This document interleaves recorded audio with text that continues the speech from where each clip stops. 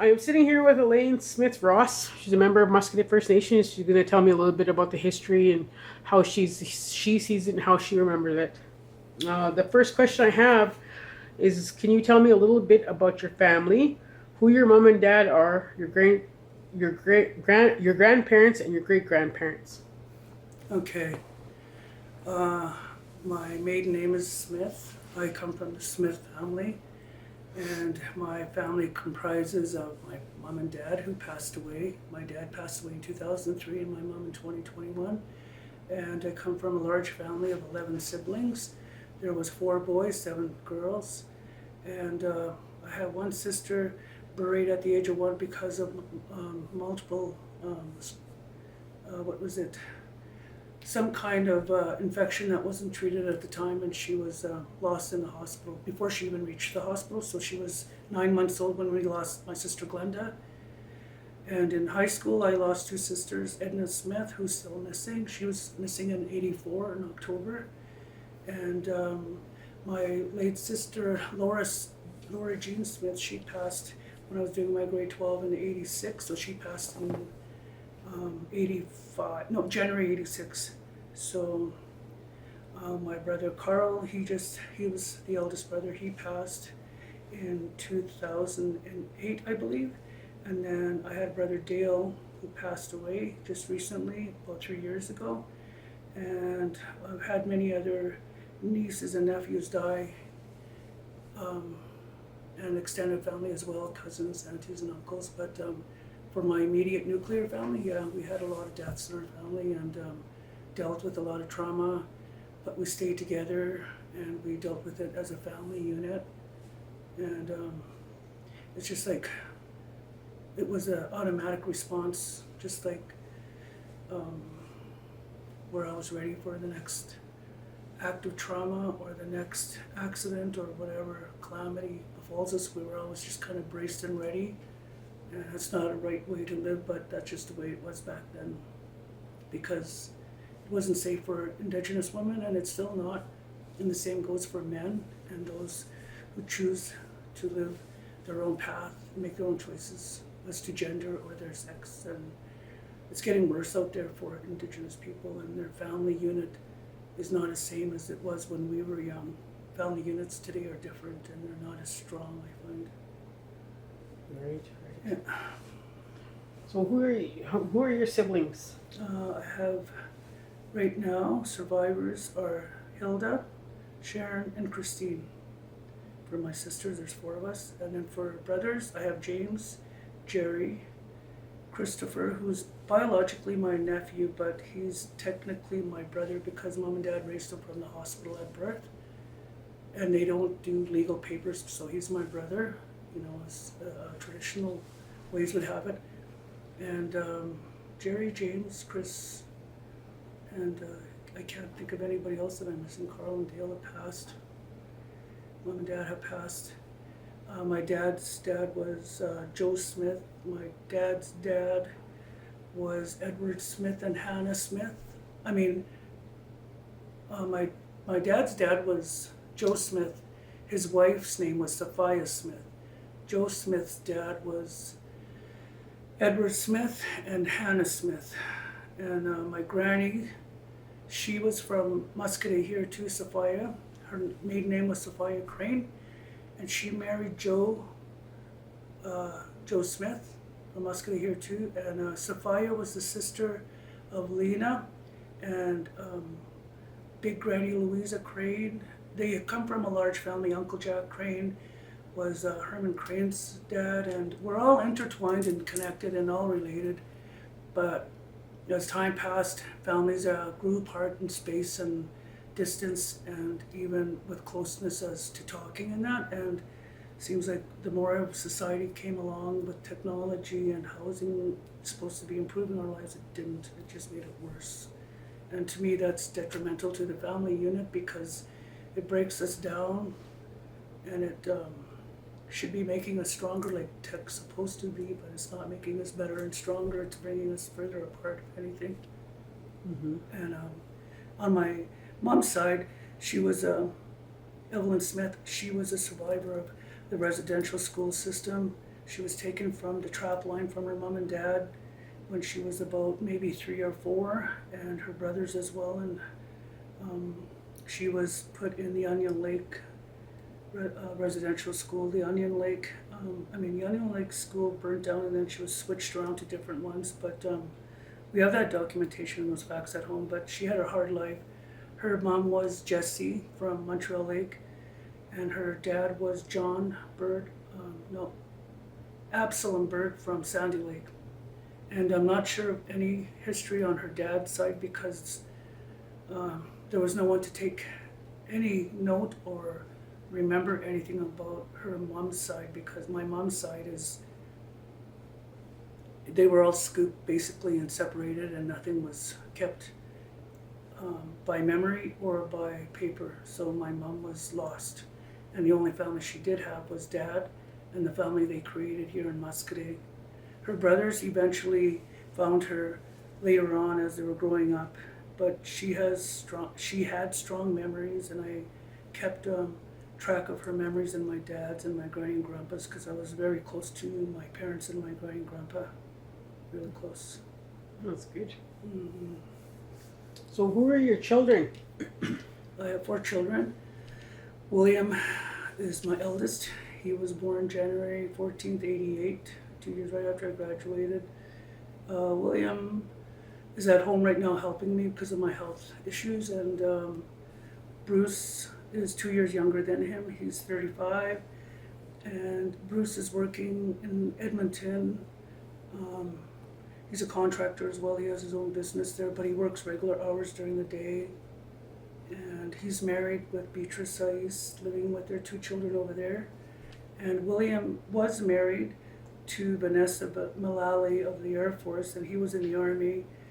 Their relationship didn't work out too well, with both of them going to Afghanistan and through the trauma and all of that post-war stuff they go through, and they ended up separated. But they have a beautiful little girl, Nora, and that's my 3rd grandchild. My 3 grandchildren are girls.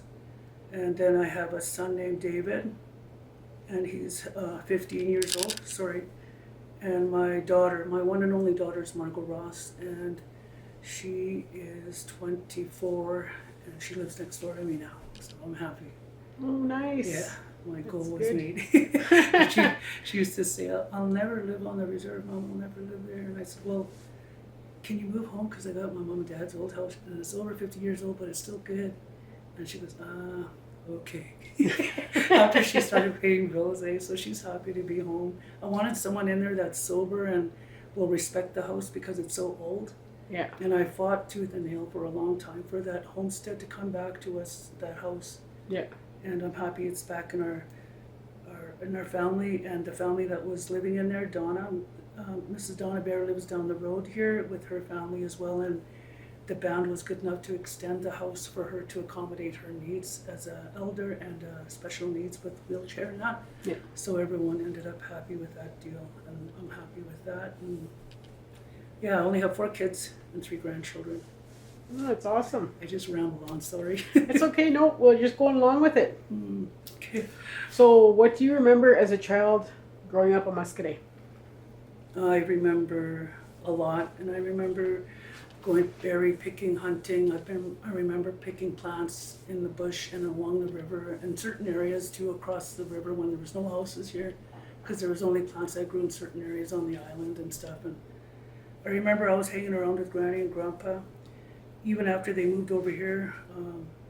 If I wasn't looking after the kids or going to school at home and watching Mom, with the garden and helping her home, I'd be sent across the river to my Granny and Grandpa's, and then they would send me out to clean up houses all the time of other elders, and I'd be stuck doing that after school till dark. So they intentionally did that just to keep me out of trouble, just to keep me from going and hanging out over here and there. And the only place I ever got to visit was at Roxanne Crane's, my neighbors, in Colleen, because it was walking distance, and they knew I had nowhere else to go, that being that far on the end of the reserve, the north end, there was nobody around.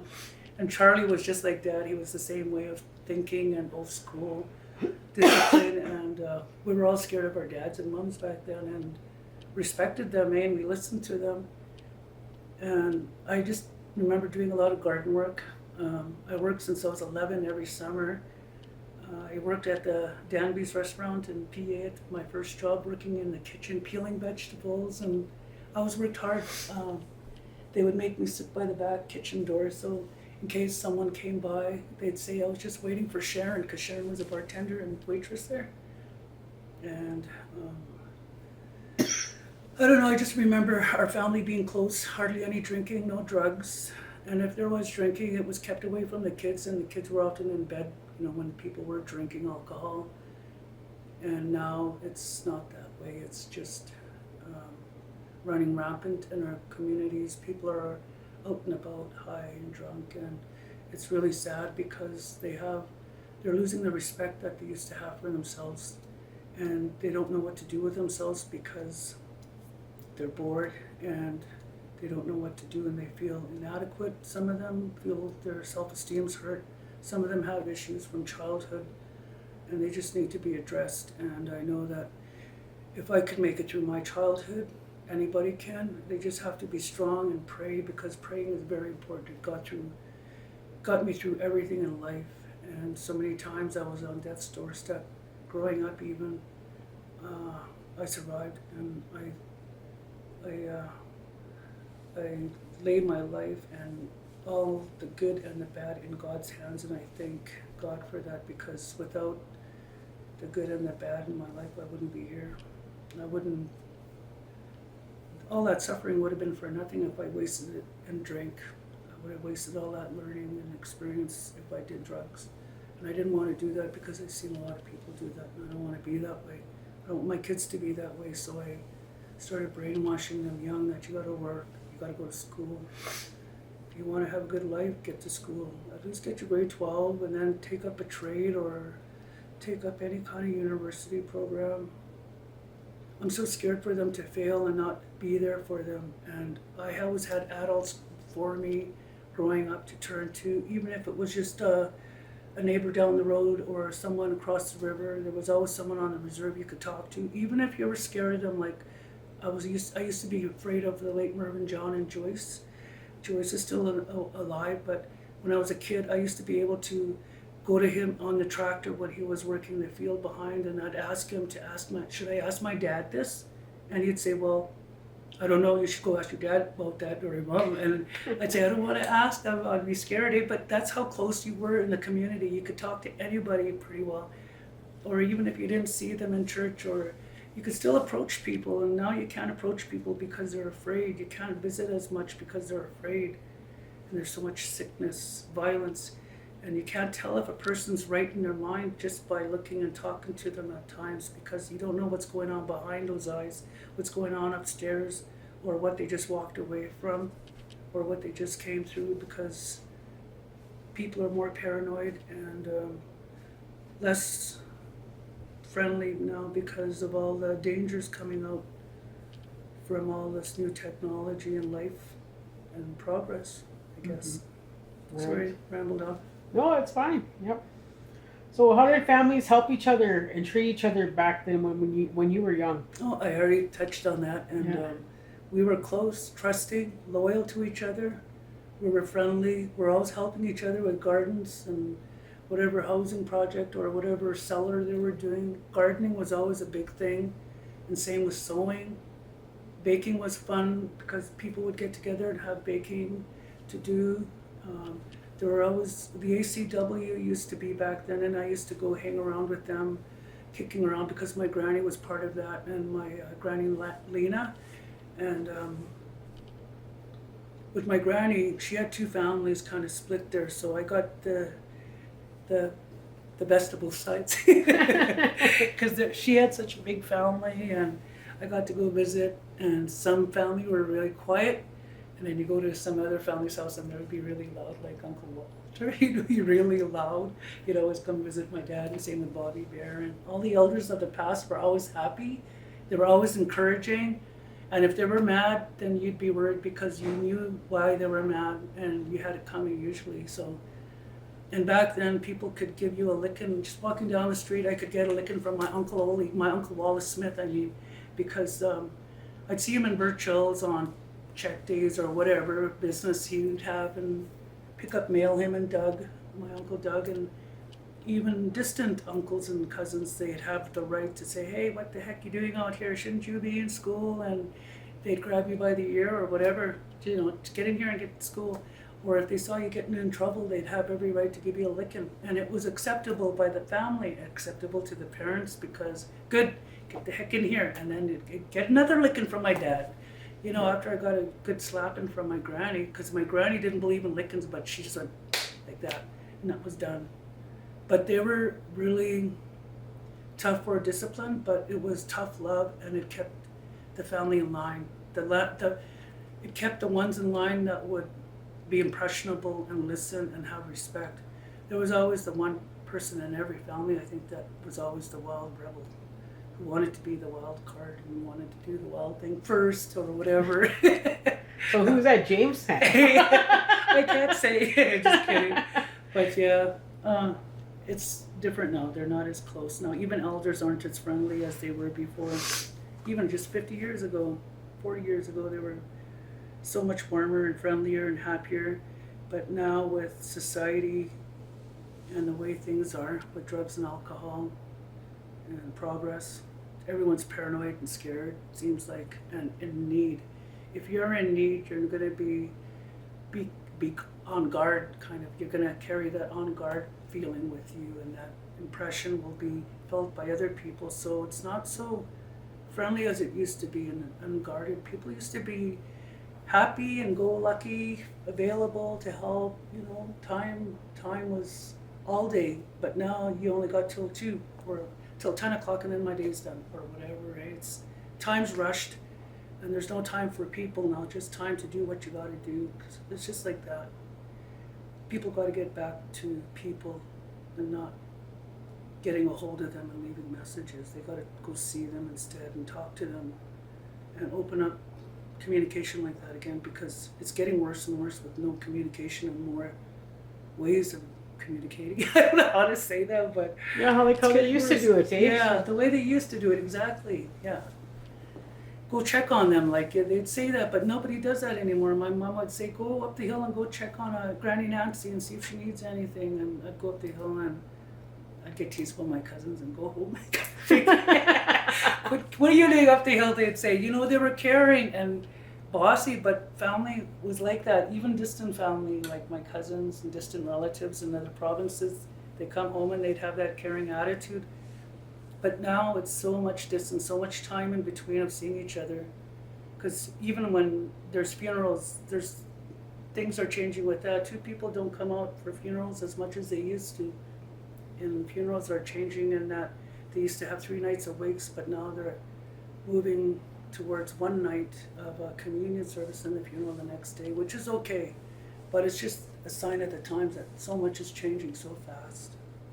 And people don't see how it used to be because they don't remember and they weren't told. Mm-hmm. Yeah. And people got to listen more. Yeah, it's like, I was raised by my grandma, so I kind of know, like, where we automatically knew what to do to help out when they told you. They don't just had to say, go help, and then you knew what you had to do. And you get a look even, and you know what to do with that look. Yeah, just flying around. Yeah, I know, it's just changed. See, that's the kind of qualities that we're missing nowadays, because you can't say nothing to anybody else's kids without some kind of backlash or reverberations from the community even. Like, people don't let anything go by without a complaint or a comment of support, but at least they're getting noticed. Most people know they don't even bother, looking out their window. They'd rather be looking at the screen to find out the latest. They don't want to go visit. You know what I mean? It's just hard now. And if you do go visit, sometimes you'd say, hey, what you up to? Can I have some tea? No. Why didn't you phone me first? What are you doing here? Why'd you come by? Like, they get paranoid, and it's not their fault. It's just the way society is changing and making us on guard all the time because of home invasions, people's unpredictable states of minds. Yeah. And with drugs now, you could look sober as a judge and be far gone. You know, your mind might even not even be there. Mm-hmm. They're dangerous. People are dangerous now, so it's dangerous times. Yeah. So changing gears, were there any sporting events here when you were growing up? There was always powwows, sports days with rodeos. We always had ball games happening and horseshoe tournaments. There was always cards happening at someone's house every day. Or I had a 4-H club, but nobody wanted to join. But I buy snacks to have people come and join. But that was the young people back then. There was no phones or computers really, just house phones, and um, we'd just get together, you know, play pool at the youth rec center, they used to call it. And now they don't have a youth rec center to go play pool or to go play board games or whatever. And you got to be careful of who's coming and going now. So it's not the same, but we had so much to do when I was growing up. And we played outside, and we knew what to do outside because there was so much to do out there. You didn't have enough daylight in the day, and people would come home at night and have no problem. But now, you see a kid out after supper, you're worried about them because someone's going to get hit, or someone's going to, you know, get hurt, or dogs are loose, and there's all kinds of things now to worry about. It's not the same. People are changing. Yeah, it's pretty sad. Mm-hmm. So where did people shop for goods and services? To me, I find that it depends on who you're looking at. If you're looking at the working people, they're able to go to the city and buy groceries and shop, Birchill's or PA or any place like Costco or Saskatoon.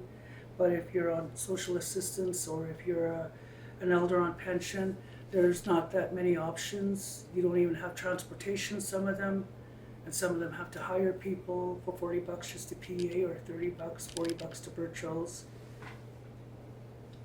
It's not a happy thing now to go shopping. Before, when I was a kid, I'd go to town, look forward to paydays or shopping days with my mom and dad or my sisters. But now, when people have money, it's not enough. I'll have to say. Or on paydays, I tell my kids, I don't know if I have enough this check, maybe next check. Come up with different excuses because there's not enough money, but there's so much more to do. There's so much more work out there, so much more lines of communication, but there's so much less happening in the homes for families in need. And people usually go to Superstore around here, but even the people on SA can't afford that because you buy a jug of milk, it used to be $6, but now it's $8 in some places, and that's on sale. And eggs, gas is another thing getting to a store, and you got to have family or acquaintances or people of positions of support in the office and out in the community 24 hours to give those people a ride and to help them meet the means that they have to get by every day, food, water, and entertainment like cards or whatever, visits. There's not enough. We need more community support in the means of vehicles or means of transportation for the people that need groceries and can't afford to get it, or they don't know how to grow a garden, or they don't know how to fish or hunt, they don't know how to tan a hide. Just recently, White Buffalo asked me to return to work as an elder.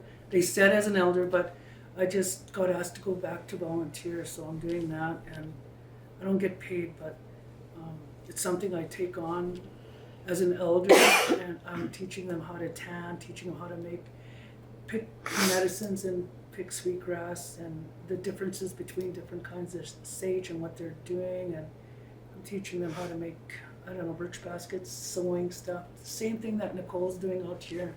We need more of that because the young people are going to be getting into trouble if they're not busy with their hands. Mm-hmm. And screen time is too much. There's too much screen time with kids. Mm-hmm. For sure. Yeah. Well, so going off of what you just said, so do you know if there's any medicine people in our community back in the day? Yeah, I was taught by my granny and grandpa. And my granny and grandpa did good medicine. And they taught me whatever they knew or just showed me. They didn't actually sit down and tell me, teach me. They got me to help them, and then they teach me in that way by doing, not by talking, but by doing you were taught. Nowadays you're taught by distance learning and being told, but you're not shown. And it's important to have someone to show you the way to pick, because there's the 4 directions.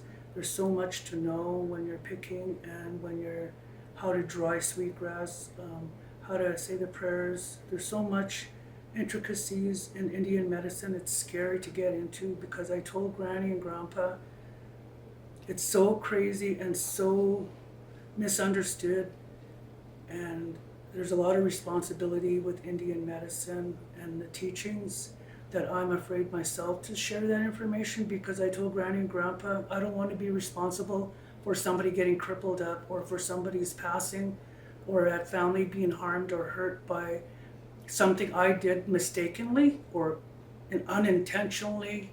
You know, it's so easy to make a mistake when you're dealing with serious Indian medicine, but if it's done in the right way, medicine will never hurt a person. But if you have false or the wrong vices or the wrong intentions, nothing's going to work out, and it's going to backfire. It's really bad to do bad medicine. But I learned everything from my Granny and Grandpa, and my Grandpa Joe used to do medicine with other reserves in other provinces, and he was good friends with his parents, and the grandparents before me were good friends. Like Chief Mr. Wassis would do Indian medicine for my Grandpa Joe Smith when he had to get called to Rocky Mountain House or to Manitoba, to Peguis or wherever. They would pray and back each other up, because they had the same medicine bag, the same beliefs, same customs. We're all Treaty 6, and we had the same ways. And when Chief Mr. Wassis got requested to go out of province or to go up north or south, my Grandpa Joe would have to pray for him and do ceremony at the same time, just to have that extra power and support. People don't understand that you can't just wake up and decide to have a ceremony. You got to get prepared to have a ceremony and have ceremonies done for that ceremony. You know, it's just not a wake up and I'm going to have a ceremony today. You got to pray on it and plan it. People do ceremonies differently now, and it's not done the same way, so it's backfiring without them even knowing. There's a certain time and a certain time of the year, a certain time of the day that to pick. You can't pick just sweetgrass in the spring or fall or whatever you think, you know, the right time of the day. You got to have the right environment, the right time, and sometimes it's got to be a certain part of the day, and you got to pick in a clean place where there's no noise, no people, no traffic, and you got to know how to put down tobacco, and what ceremonies are right for a woman, what ceremonies can't be done by women, or what can be done for a man or a young man, what the escapio does and the role of women, how powerful women are and how powerful men are, what our challenges are as medicine people, and what holds them back. And it always comes down to money and greed and power. That's what brings down medicine, and pride too, because a lot of people want to show off what they know, and they're not doing it the right way. They're going out there and saying, hey, I could do this, pay me, kind of thing, but they should be sitting back idle and learning and waiting to be called if they're called, not put their head up and hold their hand up. You can't do it that way. You got to be picked and called for anything in life, otherwise you're rushing it and not doing it the right way. My Granny Grandpa told me a lot of stuff, but I'll be quiet now because I'm going Rambling? on and on. You're rambling? I'm rambling on and on. Sorry. No, it's fine. It's good information to have. The purpose I see with these videos is like for your grandkids, your great grandkids, because they'll be looking at this down the road like, oh yeah, that's my granny. That's my great granny, you know. Yeah, that's so true. might as well just get it now, right? And that's Yeah. why I mentioned our old people, like your dad and your mom, because they'll forget that. They won't know that connection, but you will. Yeah. And then they'll know that connection through you. You know what I mean? Yeah. That's why I wanted to add our old people who left. And that's one of the points that I'm making with that video. It's good. That's really good, because even laborers, like we'd come home after school and your mom and your family would be doing laundry, and it would be a family thing. We'd all have to get in, do the washer, clean the wringer, or hang out the clothes, and then bring them in the winter, hang them downstairs, you know, that kind of thing. Yeah. And there's no family involvement in that now. There's just go through the clothes in the washer, and you know, that's it. there's no follow-up, no needed help or muscle. It's just Yeah. get it done, and if it's not done, people just blow up and get mad sometimes, and I don't know, there's not enough time in the day, I guess, for people to be people. Yeah. Just peopling.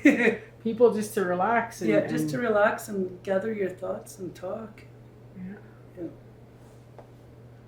Okay, so, what do you remember about going to school in Muscadet, and when did you go? When did you begin going to school off reserve? I went to school on reserve, preschool, kindergarten,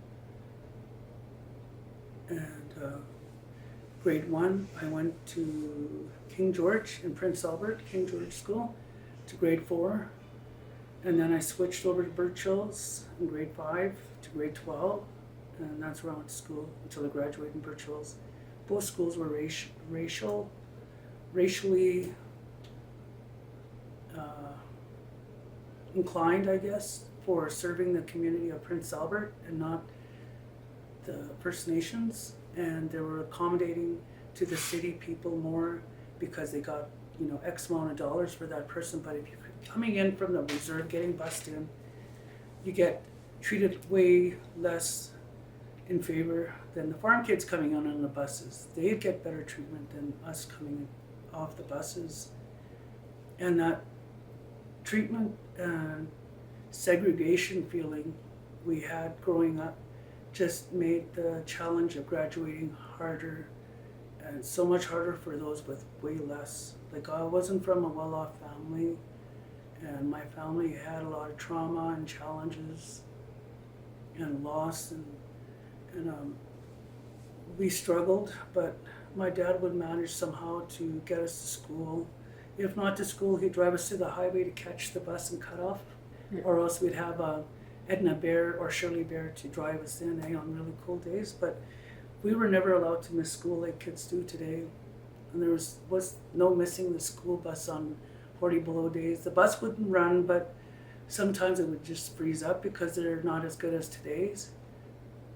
But parents were stricter then. You'd still have to try and get to school on that cold day, unless you were lucky enough to stay home. And just, if dad wasn't home, my mom wouldn't go out there in the winter to try and drive because she wasn't driving, so I don't know, it's just tougher. It's really hard going to school off reserve because Birch Hills, I got a licking. Well, I didn't get a licking. I got in a fight, and I got the upper hand that time.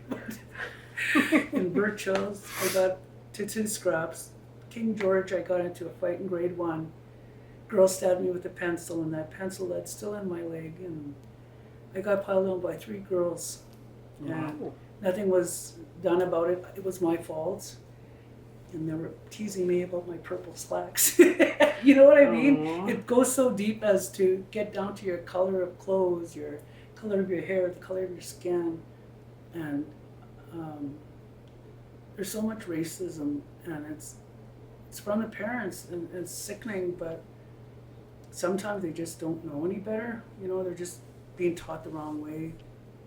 So I always tell William and my kids, like, if kids are being rude to you, just leave them alone, because they're learning in their own way and being taught in their own way. So it's not their fault if they don't know. Just leave them alone. Don't, hit them or try to get aggressive or hit them back if they hit you first. Just try walk away, because it's not worth it. It's really not worth the fight. Or at the end of the day, it's better just to walk away and let them stew in their own ignorance. Yeah, for sure. Okay, so switching gears again. How far back do you remember who chief and council were, and how did the leadership work back then? The first chief was Chief John Smith. I remember because that's my direct line of family. And Chief John Smith, I could say a lot, but there was different values, traditions, protocols, processes for families, and different ways for the women and for the men of the community. But it was all caring and close. It was all supportive. We all knew our language, our traditions, and our medicine, our ceremonies. We all helped each other.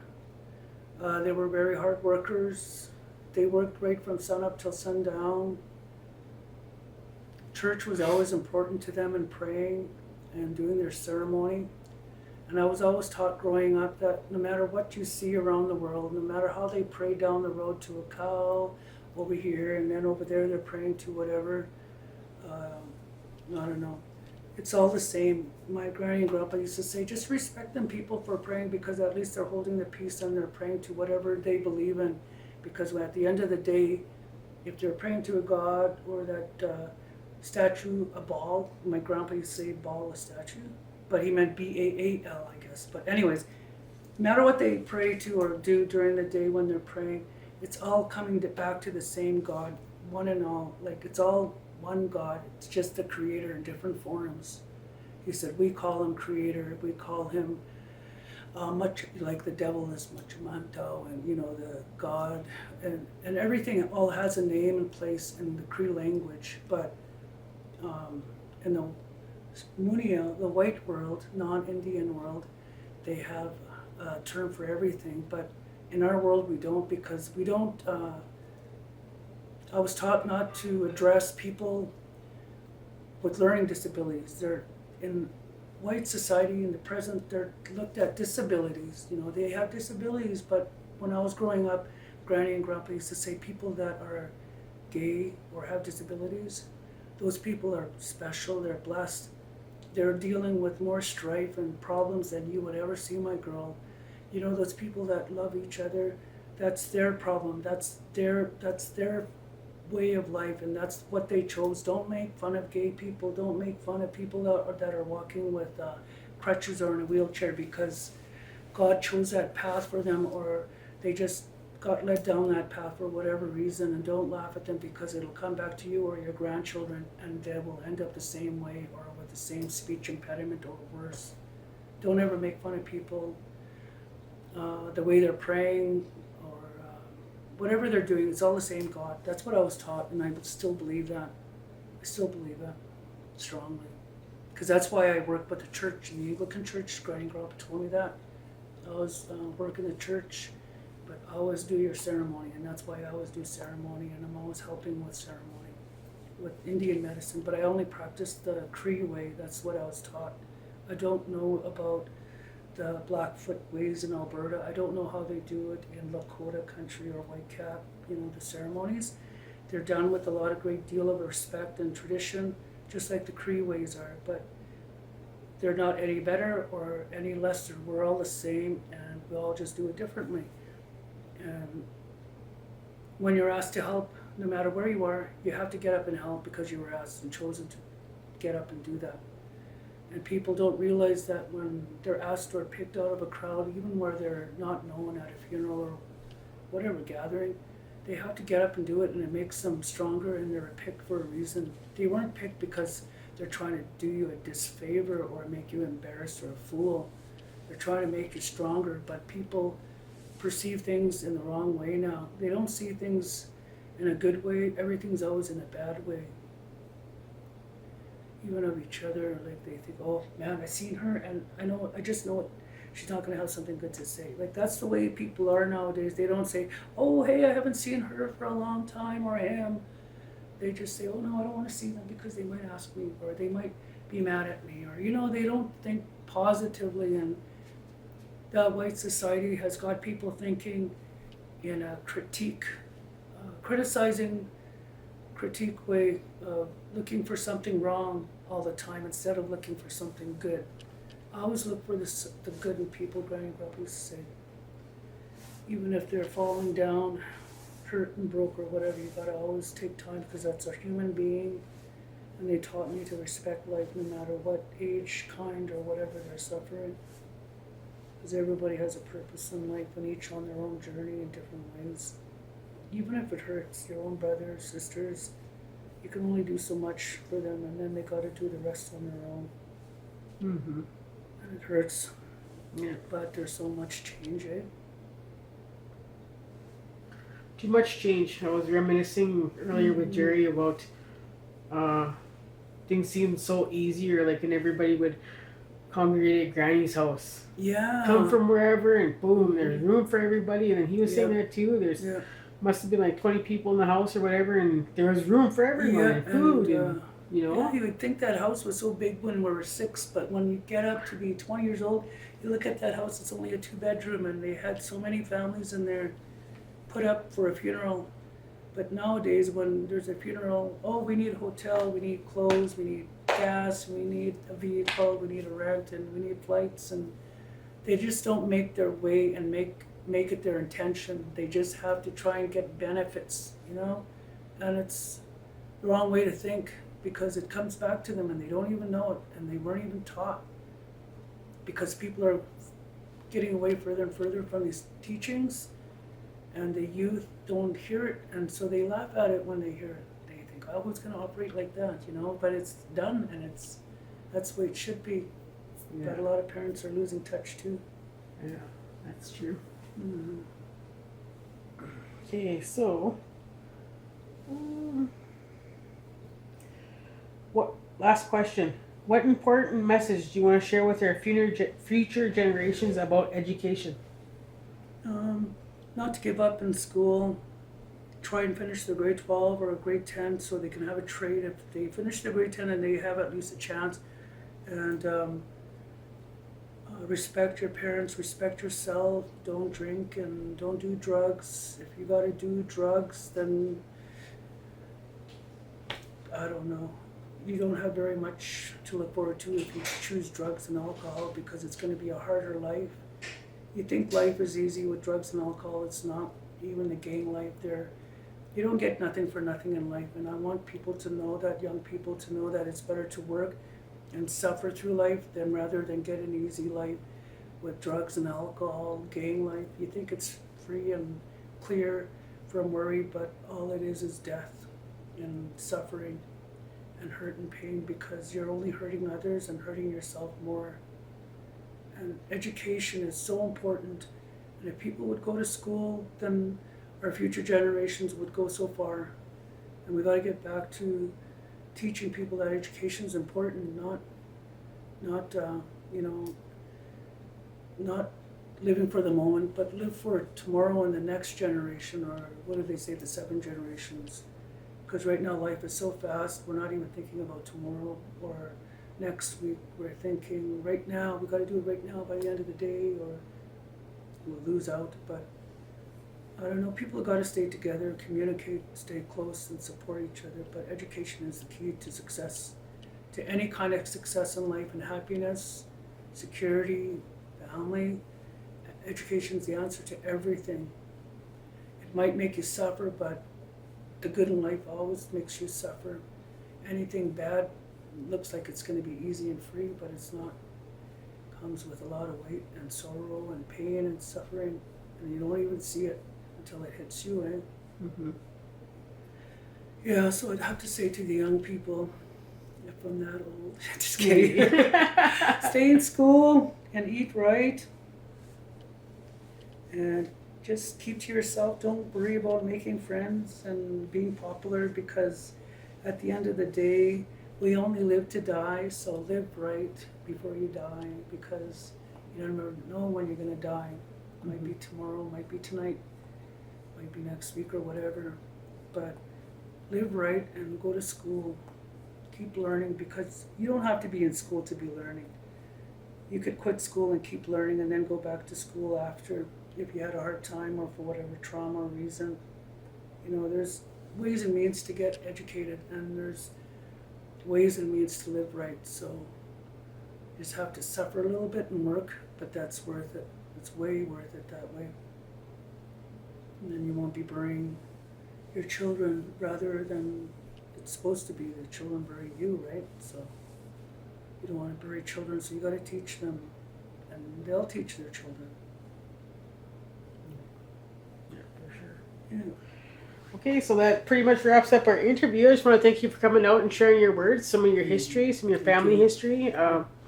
For the kids that are going to see this, the community members, your grandchildren down the road, hopefully they keep those connections and make those connections. And I really appreciate you sharing with us your information. Thank you. You're welcome. I'm so happy, Nicole. Thank you.